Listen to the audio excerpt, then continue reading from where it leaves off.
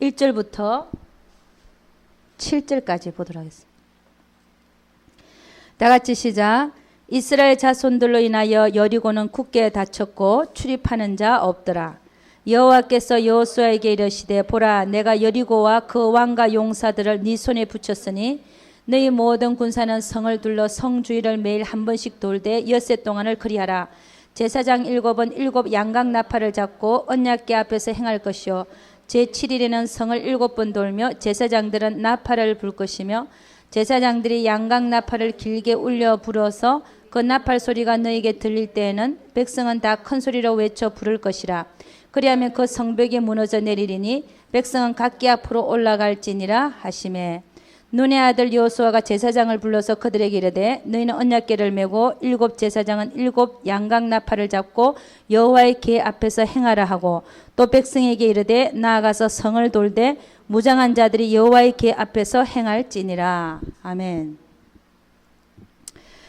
여러분 여리고 우리가 저번에 여리고에 대해서 얘기를 요즘에 들어서 제가 좀 많이 한 것 같은데 여리고성 우리 영적 의미를 보면 우리 안에도 여리고가 있다 그랬죠, 그죠? 근데 이 여리고의 그 영적 의미를 보면 사단의 경관진이다. 경관진이다. 제가 그 표현을 했어요. 여러분이 CD를 들으면 그 표현을 또 들을 수도 있을지 모르는데 안 듣는 사람들을 위해서 CD를 또 안 듣는 분들이 있죠, 그죠? 또 듣는 분들도 있고 안 듣는 분들을 위해서 내가 한 번 더 설명하겠습니다. 여러분 여리고가 있다는 건 나에게 아직 여리고가 안 무너졌다는 것은 뭘 얘기하냐면 우리 한국에 가면 담이 많잖아요. 부자일수록 담이 높아요, 그죠? 사람 키 2배 정도로 되잖아요, 그죠? 우리 한국에 가면 담이 아주 높게 돼 있어요. 그래서 그 집에는 아무도 가까이 할 수가 없습니다. 근데 제가 미국에 오니까 담이 없는 거 있죠. 제가 가장 놀랬던 사실입니다. 누가 미국 가면 담이 없어요 라는 소리도 안 했는데 그 소리를 못 듣고 왔는데 오니까 담이 없는 거야. 와. 그리고 정원이 바로 있고 그냥 올라가면 문 똑똑 그리면 되는 거예요. 그죠? 그 현관문이 바로 나와 있는 거예요. 어머나 저 사람도 어떻게 창문도 그대로 있고 담이 없냐? 내가 가장 놀랬던 사실입니다. 제가 처음에 동부에 왔었거든요. 동부에 그 담이 없어요. 여기도 담 없는 집 많잖아요. 담이 있는 집은 아무도 가까이 못해, 그죠? 우리나라 사람들은 잘 사는 집 사람들은 담이 2배, 사람 몸의 2배더라고 보니까. 이 여리고가 있으면 나한테 여리고가 아직 안 무너졌다. 아무 영혼도 어느 영혼도 나에게 가까이 오지 못합니다. 이게 이런 의미가 있어요. 우리가 하나님 앞에 열매를 맺어 드린다는 것은 영혼을 열매 맺어 드리는 것 사실은 다른 열매로 맺어 드리는 게 아니잖아요. 근데 여리고가 버티고 있으면 하나님 앞에 영혼을 얻어 드릴 수가 없습니다. 그러니까 이거는 열매를 못 맺어 드린다는 거죠, 그죠? 그래서 이 여리고성의 영적인 의미는 뭐냐면 사단의 나에게 있어서 하나님 앞에 열매 맺지 못하게 드리는 사단의 견고한 진이다. 이게 반드시 무너져야 된다는 거예요. 할렐루야. 네, 여러분들은 많은 분들이 무너진 줄로 믿습니다. 큰 거는 무너졌어요. 또 작은 것들이 있죠, 그죠? 작은 것들도 날마다 여리고성이 무너지는 그 경험을 해야 된다는 것입니다. 여러분, 오늘 제가 이 여리고성에 대해서보다는 나중에 여리고에 대해 다시 한번 얘기하고 죄성에 대해서 한번 얘기를 해야 될 것 같아요. 죄성. 이거는 영어로 뭐라고 하냐면 sinful nature 이렇게 얘기합니다. 오늘 뭐 신학하는 그건 아니지만 조직 신학하는 것처럼 하게 되는데 그래도 여러분이 꼭 알아둬야 될 개념들입니다. 죄성이라고 하는 것은 sinful nature. 그러면 이게 뭐냐면 죄를 짓고자 하는 성질이에요. 죄를 짓고자 하는 성질. 자, 여러분 아담과 하와가 첫 불순종을 했죠, 그죠?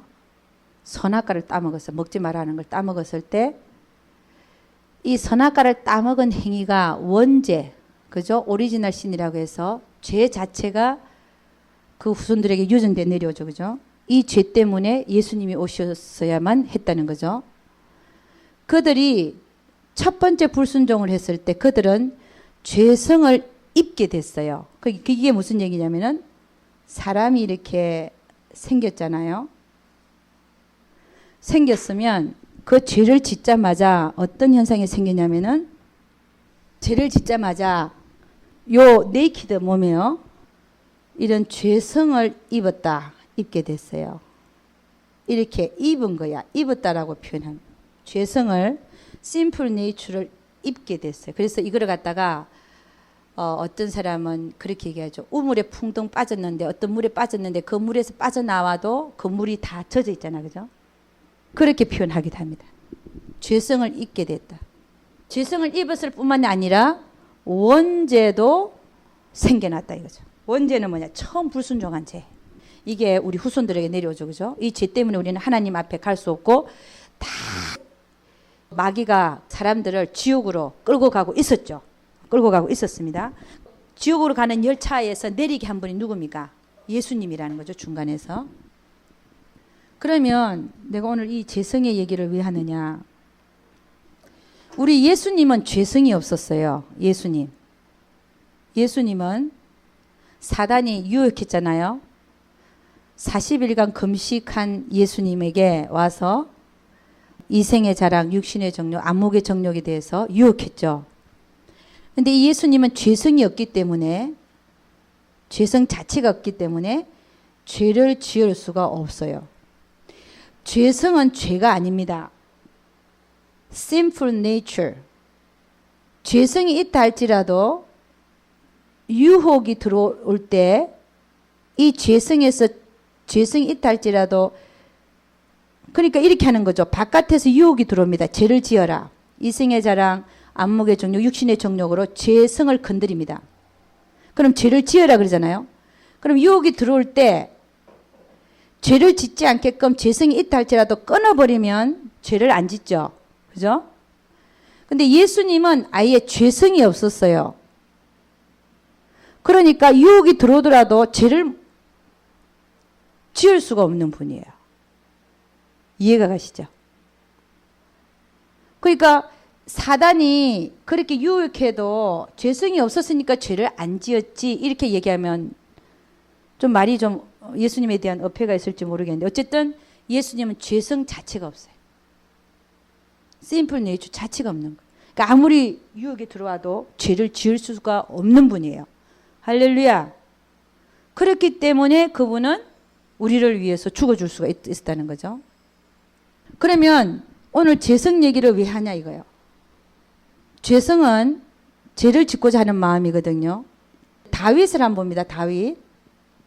다윗은 어떤 죄를 저질렀냐면 강간죄와 살인죄를 저질렀죠. 근데 다윗의 삶을 보면 성령 충만할 때는 예를 들어서 성령 충만하다.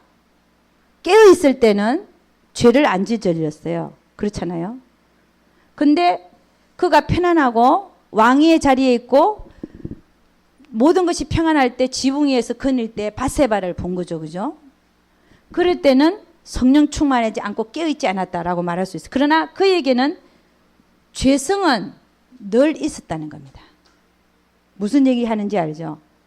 그가 성령 충만할 때나 성령 충만하지 아니할 때나 깨어있거나 깨어있지 않거나 죄성은 늘 그에게 있었다는 거예요. 우리에게도 마찬가지예요. 우리에게도 죄성은 늘 있다는 거예요. 근데 그 죄성을 가지고 죄를 짓느냐 안 짓느냐 이 문제지. 죄성은 늘 우리 안에 있다는 거예요. 근데 이 죄성 때문에 우리는 내 마음 안에서 일어나는 걸 보잖아요. 죄성이죠, 그게. 죄를 짓고자 하는 마음. 이 죄성 때문에 사실 우리는 참 괴롭죠. 앉아있어도 부끄럽고 그런 거예요. 이 죄성 때문에 괴롭다. 그러나 내 안에 일어나는 죄성 때문에 또한 내가 겸손해진다는 거예요. 할렐루야. 내가 그걸 보거든요. 내가 내 안에서 일어난 죄성을 알기 때문에 그 때문에 괴롭지만 그러나 그것 때문에 또 겸손해지는 거예요. 할렐루야. 내가 내 자신을 아니까. 그래서 사도 바울이 뭐라고 했냐면 내가 죄인 중에 괴수라고 한 것은 그가 죄를 많이 지어서 그런 게 아니라는. 뭘 본 겁니까? 죄성 때문에. 죄성을 보고 자기에게 일어나는 죄를 짓고자 하는 그 마음을 보고 나는 죄 중에 괴수라고 고백한 거예요. 그렇잖아요. 사도 바울이 여러분보다 죄를 더 많이 지었겠습니까? 저보다 더 많이 죄를 지었겠습니까? 그럼에도 불구하고 내가 죄인 중에 괴수라고 하는 것은 자기 안에 일어나는 이 죄성을 보고 얘기했다는 거예요. 근데 여러분이 영성훈련을 3년, 7년, 8년, 10년을 받는다 할지라도 이 죄성이 없어지냐? 절대 안 없어집니다. 없어질까 안 없어질까요? 안 없어지죠. 우리 인간 아담과 하와 이후에 첫 범죄 후에 우리가 입은 성질이기 때문에 결코 없어지지 않습니다. 그래서 하나님은 가인에게 뭐라 그랬어요? 너는 죄를 짓고자 하나 그 죄를 다스릴지니라고 해요. 다스리라. 그러니까 우리에겐 죄성 없어지지 않습니다. 아무리 영성훈련을 많이 해도 없어지지 않아요. 그러면 이 죄성은 없어지지 아니하되 우리가 이 죄성을 가지고 유혹이 들어올 때, 그죠? 유혹이 들어옵니다. 죄를 지으라고 들어와요. 그걸 받아들이면 이제 우리는 죄를 짓게 되죠. 이 죄라는 거는 우리 몸으로 짓는 겁니다. 육신으로 짓는. 그런데 우리 성경은 우리에게 뭐라고 얘기하고 있냐? 이게입니다. 뭐라고 얘기하고 있냐? 예수님이 죽으실 때에 너희가 육체와 함께, 그죠? 그 정과 욕심을 십자가에 다 못 박았느니라 이렇게 얘기하죠. 이게 무슨 얘기냐면은 죄성이 없어진 게 아니라, 자, 우리 죽은 걸 한번 봅니다. 죽었다는 게 뭐냐면 내 육체하고 내 감정과 욕심이에요. 그렇잖아요? 그럼 이 육신이거든요. 육신이 죽었다라고 얘기해요. 이거는 죄성을 얘기하는 게 아니라 우리 몸, 죄를 지을 수 있는 몸이 죽었다는 거예요. 그럼 죄를 짓는 건 우리 몸이거든요. 우리 안에는 죄성이 있고, 그럼 죄성에서 몸으로 연결만 안 되면 죄를 안 짓는 거예요. 그러니까 성경은 뭐라고 얘기하냐? 너희는 죄에 대해서는 죽은 자요, 의에 대해서는 살은 자로 여길지어다. 이렇게 얘기하죠. 그래서 우리 성경을 한번 찾아보도록 하겠습니다. 로마서 6장 6절 한 겁니다. 로마서 6장 6절. 그래서 우리가 해야 될 게 뭐냐면 몸으로 연결 안 시키면 되는 거예요. 로마서 6장 6절입니다. 죄성은 우리에게 없어지지 아니하고, 6장 6절 다 같이 시작. 우리가 알거니와 우리 옛사람이 예수와 함께 십자가에 못 박힌 것은 죄의 몸이 멸하여 다시는 우리가 죄에게 종노릇 하지 아니하려 함이니 이는 죽은 자가 죄에서 벗어나 의롭다 하심을 얻었음이니라. 그러니까 죄의 몸이 멸했다. 우리 옛사람이 예수와 함께 십자가에 못 박힌 것은 죄의 몸이 멸하였다는 것이죠. 다시는 우리가 죄에게 종노릇 하지 아니하려 함이니. 자, 그걸 읽고 그 다음에 로마서 6장 10절에서 14절 한번 읽어보도록 하겠습니다. 10절에서 14절 다 같이 시작. 그의 죽으심은 죄에 대하여 단번에 죽으시며 그의 살으심은 하나님께 대하여 살으심이니 이와 같이 너희도 너희 자신을 죄에 대하여는 죽은 자요 그리스도 예수 안에서 하나님을 대하여는 산 자로 여길지어다. 그러니까 이 얘기가 무슨 얘기냐면요, 우리는 몸은 죽었다는 거예요. 죄를 지을 수 있는 몸은 다 죽었다는 거죠. 그러니까 내 안에 죄성은 있지만 내 몸이 반응 안 하면 되는 거예요. 내 안에서 일어나는 죄성이 보여요. 그래서 괴롭잖아요. 그런데 내 몸이 그걸 안 들어주면 되는 거예요. 나는 죽은 자로, 나는 그거에 대하여, 죄에 대하여 죽은 자로 여기라는 거예요. 우리는 죽었으니까 예수와 함께 십자가에 여기라는 거죠. 그러니까 우리가 죄성은 이때 죄로 연결시키지 마라, 이런 얘기와 똑같습니다. 나는 죽었다는 거, 죄에 대해서는 죽었다는 거. 그러니까 내 안에 일어나는 죄성이 있지만 몸이 안 들어주면 되는 겁니다. 그거를 안 들어주면 돼요. 내 안에서 일어나는 죄성에 대하여 내가 따라주지 아니하면 된다는 것입니다. 우리 몸은 의의 병기로 쓰라고 줬지 죄의 병기로 쓰라고 준 것이 아니니까 그렇다는 거예요. 그 다음에 12절. 그러므로 너희는 죄로 너희 죽을 몸에 왕노릇 하지 못하게 하라. 몸의 사욕을 순종치 말고 또한 너희 지체를 불의의 병기로 죄에게 드리지 말고. 우리 몸을 주신 이유는 그 죄성을 따라서 살지 말라는 거예요. 죄성을 따라서 네 몸을 주지 말라. 이게 불의의 병기로 드리지 말라 이 얘기죠. 오직 너희 자신을 죽은 자 가운데 다시 산 자같이 하나님께 드리며 우리는 옛사람은 죽고 다시 살아나는 거죠. 그 살아난 건 하나님께 드리는 몸이라는 거죠. 너희 지체를 의의 병기로 하나님께 드리라. 죄가 너희를 주관치 못하리니 이는 너희가 법 아래 있지 않냐고 은혜 아래 있음이니라. 옛 자아가, 옛 몸이 다 죽었다는 거예요. 그래서 영성훈련을 하는 목적은 영성훈련을 해도 여러분에게는 죄성이라는 게 없어지는 게 아니라 아무리 영적으로 성장해도 그 안에서는 죄성이 있다는 거예요. 죄성이 꿈틀거린다는 거예요. 그러나 영적으로 성장한 자는 어떤 자냐 말입니다. 그 몸이 그 죄성을 들어주지 않는 자라는 거예요. 할렐루야. 죽은 자로 여기라는 거예요. 예를 들어서 내 마음 안에서 어떤 마음이 꿈틀꿈틀한다. 근데 나는 거기에 대해서 내 몸은 죽었다라고 생각하는 거예요. 할렐루야. 나는 그 이상 그거에 대해서 반응하지 않는 자다. 이렇게 여기라는 거죠. 오늘 왜 여리고 얘기가 이 문제에 대해서 나왔냐면요. 여리고성이 하나님께서 그들에게 돌아라. 그럴 때 그들은 처음에 안 믿어졌지만 하나님의 말씀이 맞을 거라고 여겼어요. 여기다. 우리는 죽었다라고 여기라는 거죠. 죽었다. 내 몸은 죄에 대해서 죽었다. 뭐에 대해서? 죄에 대해서. 죄에 대해서는 죽었다는 거죠. 그래 하나님에 대해서는 살은 자로 여기라. 여김에 첫째는 여긴다. 나는 죄에 대해서는 죽은 자다. 죄성은 있어요. 죄성은 있어요. 두 번째는 여기고 그다음 믿으라는 거죠. 하나님께서 여리고를 13번 돌고 14번째 6번 돌고 13번이 결국 13번이죠. 6번 하루 한 번씩 돌고 그 다음에 6번 또 돌고 마지막 날에 12번 마지막 7번째 13번까지 돌면 하나님이 우리에게 주실 것이다 라고 믿으라는 거죠. 여기고 믿고 처음에는 안 믿어지니까 여기는 거예요.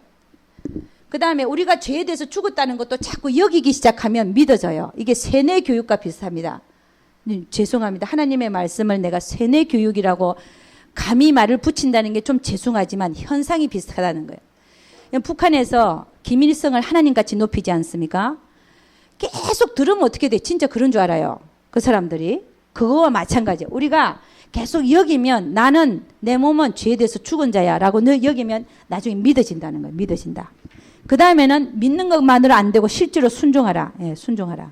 우리 몸을 불의의 병기로 드리지 말고 의의 병기로 드리는데 순종하라는 겁니다. 그래서 그들도 하나님 말씀에 순종하니까 여리고가 무너졌다는 것이죠. 그 다음에요. 가나안을 진짜 차지하려면 여러분 가나안에 심령천국이 이루어지는 겁니다. 심령천국이 이루어지는 건데 정말 내 안에 삼일째 하나님이 살게 하시려면 내 안에는 뭐가 없어야 되냐? 사심이 없어야 돼. 사심. 이스라엘 민족들에게 아간의 범죄가 있었죠. 아간. 이게 사심입니다. 아간의 범죄. 하나님은 아간의 범죄를 여러분의 마음속에서 드러내세요. 왜냐? 이 사심을 없애기 위해서 하나님은 여러분 안에 그리고 또 혹이라 저 안에 아간의 범죄가 있다는 것을 가르쳐 주셔요. 그걸 드러내시더라는 것입니다. 그러니까 우리는 하나님 앞에 정결한 신부로 다 바쳐야 되는데 다 바치는 거죠. 남겨놓음이 없이 다 바쳐야 되는데 혹이라도 내 사심이 있어서 또 어떤 게 있냐면은 오늘 그 여리고 사건 이후에 여리고 사건 때 아간이 하나님한테 분명히 바친다 그래. 다 바친다 그랬어요. 근데 그 중에 물건을 뺀 거야. 혹이나 여러분이나 저도 마찬가지고 내가 분명히 하나님한테 바친다 그랬는데 그런 거 있을 수 있잖아요. 모아놓은 돈을 하나님 이거는 제가 불쌍한 자에 보내겠습니다. 아니면 이 돈은 제가 주를 위해서 쓰겠다 하는 돈들이 있을 수 있어요. 예를 들어 재물이라든지 또 다른 어떤 거라든지 내가 저 가구를 하나님께 바치겠습니다. 이렇게 마음을 먹었던 거를 예를 들어서 사심이 생겨갖고 딴 데 쓰거나 뒤로 챙겨두면 이게 지금 하나님께서 우리에게 금하시는 가난을 주시지 못하는 이유, 심령천국이 임하지 못하는 하나님이 내 안에 사시지 못한 이유가 그럴 수 있다는 거예요. 우리는 늘 타협합니다. 하나님과 타협하고 나 자신과 타협하고 그러니까 하나님한테 드린다 해놓고 또 안 드리는 경우가 있고 이러면은 이게 이제 아간의 범죄가 되는 거죠. 그죠? 여러분이나 저나 다시 한번 그런 면에 있어서 다시 한번 점검해 볼 필요가 있다는 것입니다. 여러분 여호수아를 보면 여호수아는 다 잘했는데 뭐에 실패했었냐면요. 아이성 치는데 실패했죠. 그죠? 처음에 실패했습니다. 왜 실패했습니까? 아이성을 치는데 왜 실패했죠? 깔봤다 이거예요. 깔봤다. 큰 거는 하나님 앞에 무릎 꿇고 앉아서 묻고 엎드리고 했는데 아이성은 우습게 본 거예요. 저 큰 성도 우리가 하나님 주셨는데 이것쯤이야 우리 힘으로 할 수 있다라고 생각한 거죠. 그러니까 이때 뭐가 싹 텄냐면 교만이 좀 싹 올라왔죠. 그죠? 교만한 마음이 올라와서 이것쯤이야 라고 생각했고 하나님 앞에 묻지 않았다. 그래서 실패했습니다. 우리도 마찬가지라는 거예요. 그러니까 이 여호수아가 실패한 이유를 보면 대단한 죄도 아니었어요. 여러분 가만히 생각하면 우리도 그렇게 생각할 수 있어요. 결국 이게 뭐냐면 어떤 죄라기보다도 여호수아는 죄를 저질렀다는 것보다도 자기 안에 있는 어떤 불순물, 교만이라고 좀 표현했지만 교만보다는 조금 낮은 정도.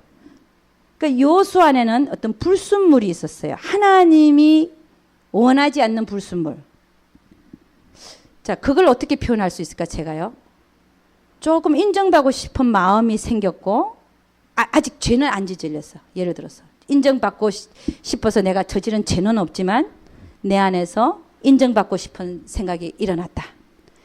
또 자랑하고 싶은 생각이 일어났다. 이런 것들이 하나님 앞에 불순물이 될 수 있는 거예요. 불순물. 무슨 얘기 하는지 아시죠? 그런 불순물들도 옳지 않더라는 거예요. 하나님 보시기엔 옳지 않더라는 거예요.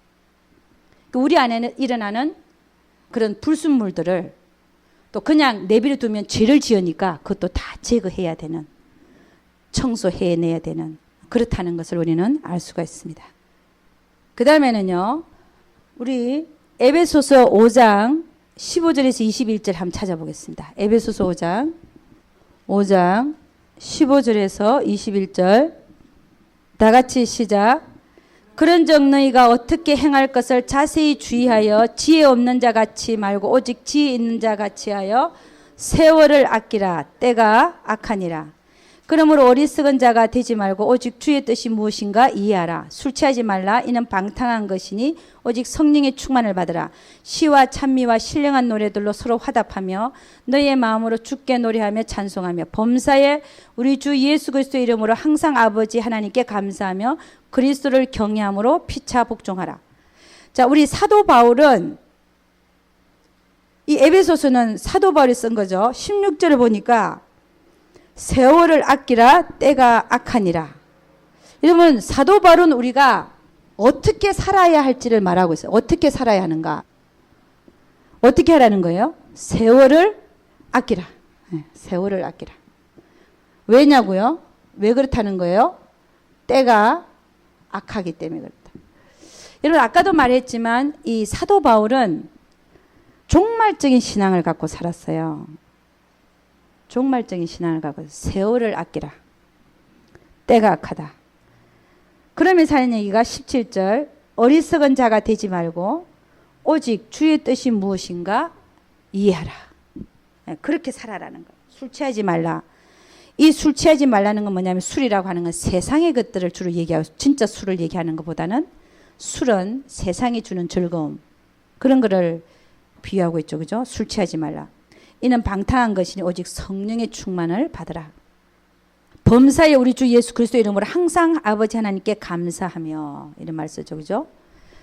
그리고 시와 찬미와 신령한 노래들로 서로 화답하며 너희의 마음으로 주께 노래하며 찬송하며. 그러면 세월을 아낀다는 말이 무슨 말인가? 세월을 아낀다. 이게 무슨 말인가 하는 것입니다. 이거는 하나님의 뜻이 무엇인가 분별하는 것이 세월을 아끼는 것입니다.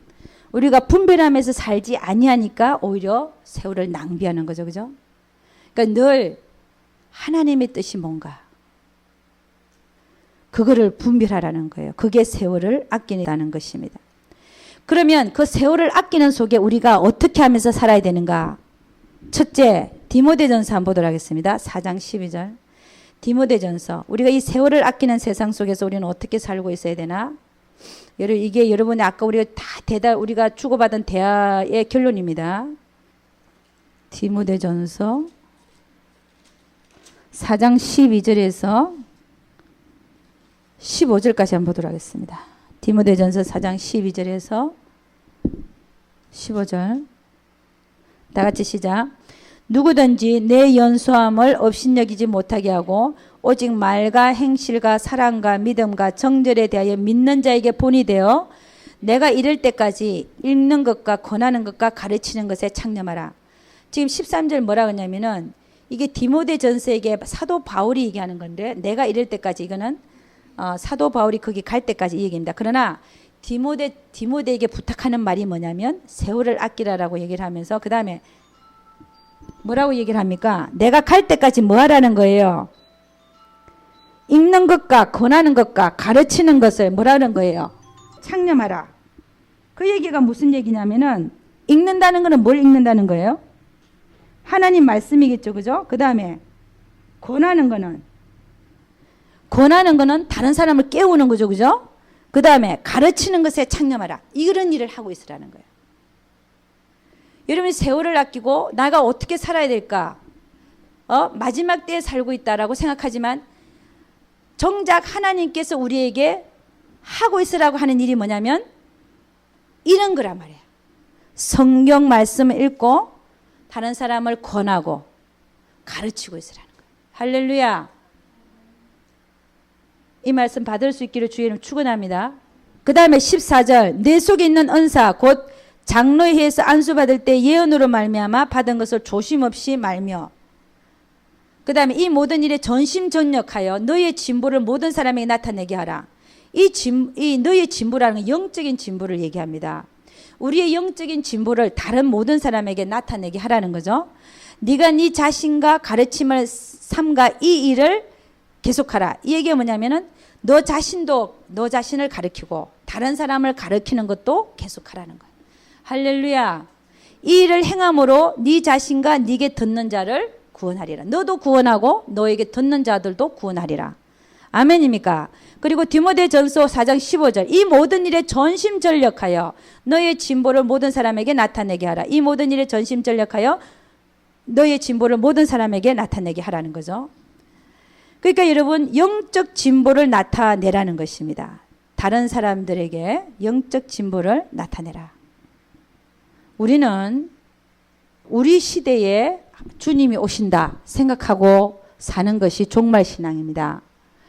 그러니까 우리는 내일 갈지도 모른다 생각하고 살아라는 거예요. 아까 그 얘기를 했습니다. 왜 그러냐? 욕심을 버릴 수 있다.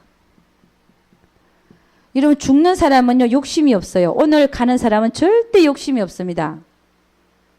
사역에 대한 욕심도 없어요. 내가 어떻게 쓰임받아야 되겠다는 욕심도 없어져요. 여러분 한번 죽는다면 생각해보세요. 아무 욕심이 없어요. 그러니까 우리는 내일 간다. 내일 주님 오신다. 나는 내일 죽을 수도 있다. 그런 생각을 갖고 살아라는 것입니다. 할렐루야. 그게 잘 사는 거라는 거예요. 아멘. 다른 핑계 대지 마시고 그게 잘 사는 것이란 말이에요. 그 다음에 두 번째는요. 첫 번째는 아까 어떻게 살아야 된다고 했어요. 세월을 아끼면서 사는데 그 속에서 우리가 어떻게 해야 되냐면은 하나님의 말씀을 읽고 듣고 그게 그 하나님 말씀이 중요하다는 거죠. 그 다음에 남을 권하고 그렇죠? 자기 자신을 가르치고 남도 가르쳐라. 그 일에 전심전력해라. 그 얘기를 지금 하고 있습니다. 두 번째는 뭐냐면 우리의 삶에서 성령의 지도와 인도함을 받고 살아라는 것입니다. 여러분 우리 제비뽑기 이스라엘 민족들이 가나안에 들어갔어요. 제비를 뽑아서 뭐 했습니까? 땅을 나눴어요. 그죠? 제비 뽑았습니다. 그들이 제비를 뽑아서 땅을 12지파가 나눠 가졌거든요. 근데 제비를 뽑은 이유가 뭐냐? 왜 제비를 뽑았을까? 이게 성령의 지도와 인도함을 받는 삶이라는 거예요. 내가 선택하는 게 아니라 하나님이 주시는 땅. 이게 이제 제비 뽑는 걸로 나타났어요. 그럼 이게 뭐냐면 이게 뭐냐면 성령의 지도와 인도함을 받는 삶인데 하나님의 주권을 인정하는 삶이죠. 주권을 인정하는 삶이다. 하나님의 주권을 인정하는 겁니다. 제비 뽑는 게. 요나도 마찬가지. 요나도 제비 뽑혀서 뽑혔어요. 자기가 죄인인 걸 가르쳐 준 거죠. 그죠? 하나님이 하시는 일은 이렇다는 것입니다. 성령의 지도와 인도함을 받는 삶이 뭐냐? 이렇게 나타났다는 거죠. 제비를 뽑아서 그들은 땅을 분배했다. 이게 성령의 지도와 인도함을 받는 거죠. 요나도 마찬가지입니다. 그죠? 그게 하나님의 주권을 인정하는 걸로 나타났어요. 여러분, 우리는 우리 안에 신령한 집을 짓는다. 그럼 어떻게 짓는가를 한번 봅니다. 어떻게 짓는가? 우리 안에 짓는 거는 짓는 이는 성령님이시죠. 그죠? 우리 안에 신령한 집을 짓는 그 주체는 누구시냐? 성령께서 짓고 계십니다. 그죠? 근데 우리가 뭐라고 얘기하면 재료는 말씀이다라고 합니다. 하나님의 말씀이다. 하나님의 말씀을 하나하나 벽돌을 갖다 놓듯이 갖다 놔서 그 집을 짓는다라고 얘기합니다. 그러면 집을 짓는 도구, 연장, 우리가 건축을 할 때 재료도 있지만 망치나 어떤 이런 톱이나 연장이 있잖아요. 그게 뭐냐? 그게 방언기도라고 얘기를 하죠. 여러분, 이 방언이라고 하는 거는 뭡니까? 방언이라고 하는 게 왜 방언기도가 연장이 될까요? 방언이라고 하는 것은 성령께서 그 성도를 위하여 하나님의 뜻대로 구해주시는 기도가 방언기도죠. 방언기도. 금방 제가 뭐라고 얘기했습니까? 성도를 위하여 하나님의 뜻대로 친히 구해주시는 기도를 하시는 분이 누구라고요? 성령님이신데 그게 방언이라고 하는 거는 성령께서 성도를 위해서 하나님 뜻대로 구하는 기도라 그랬죠. 방언 기도를 열심히 하게 되면 어떻게 되겠습니까? 내가 뭘 하고 있는 거예요? 성령이 나를 위해서 기도해 주고 있지만 하나님 뜻대로 되게 해달라고 기도해 주는 거예요. 할렐루야.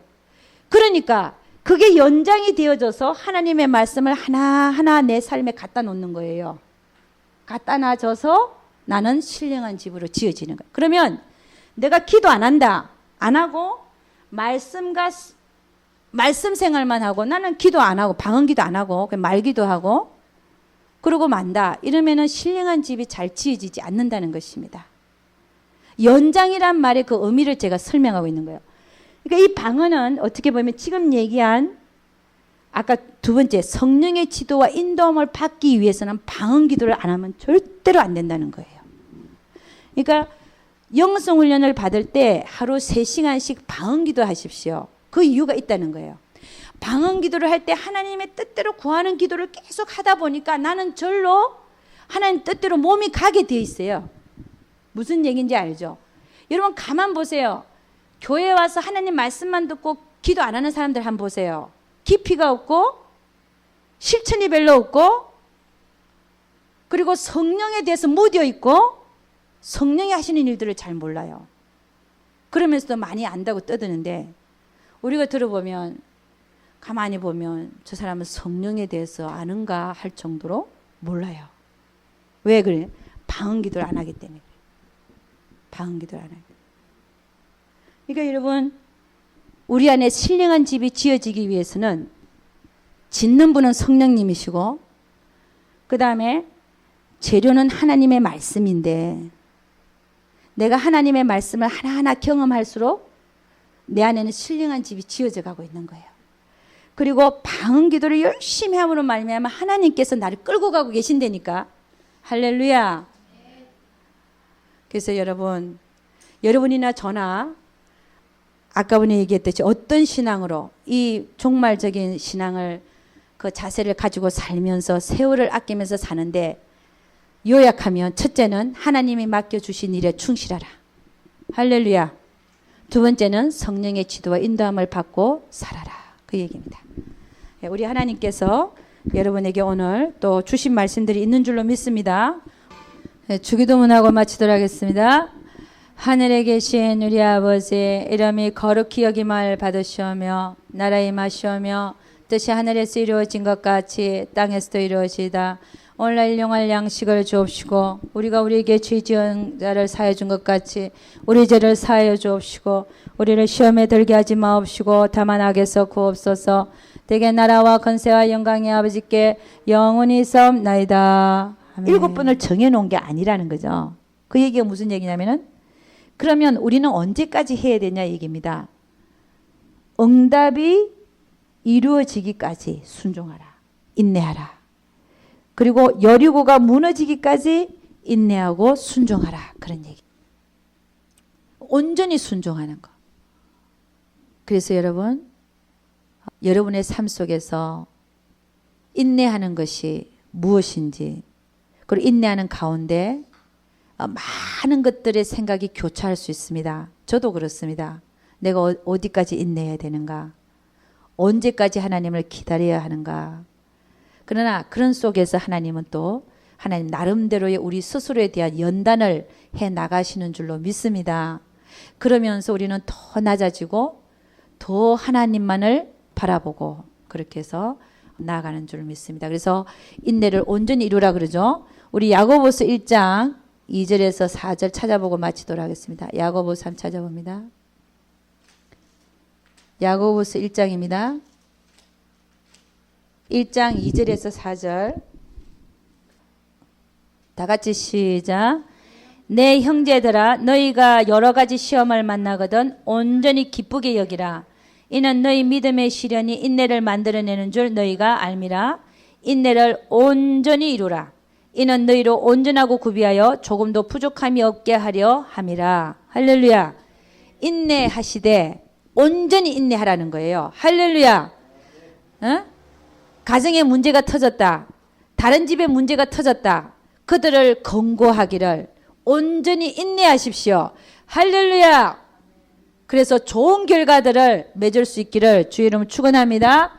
기도하겠습니다. 사랑이 참 많으신 우리 아버지 하나님 감사합니다. 저희들이 삶을 살면서 아무것도 하지 않는 것 같지만 이 삶 자체가 하나님의 일을 하고 있는 것을 믿습니다. 그리고 하나님 스스로가 또 우리와 함께 하심으로 말미암아 우리가 사는 모든 것, 우리가 움직이는 모든 것, 우리가 하고 있는 모든 것, 우리가 먹고 살고 있는 이 모든 것도 하나님의 일인 것을 믿습니다. 우리 하나님께서 우리 모두와 함께하여 주시고 또 아버지 하나님 다시 한번 아버지 희망을 갖고 소망을 갖고 하나님이 우리와 함께 하신다는 소망을 갖고 또 저 하늘나라에서 우리가 또 하나님이 우리를 위하여 아버지 처소를 마련하고 계신다는 것을 믿고 또 저 하늘나라에 더욱더 소망을 두며 우리가 살아가는 우리 모두에게 도와주시옵소서. 우리 하나님께서 함께하여 주실 것을 믿사옵고 이 모든 말씀 우리 주 예수 그리스도를 받들어 기도드려서나이다. 아멘.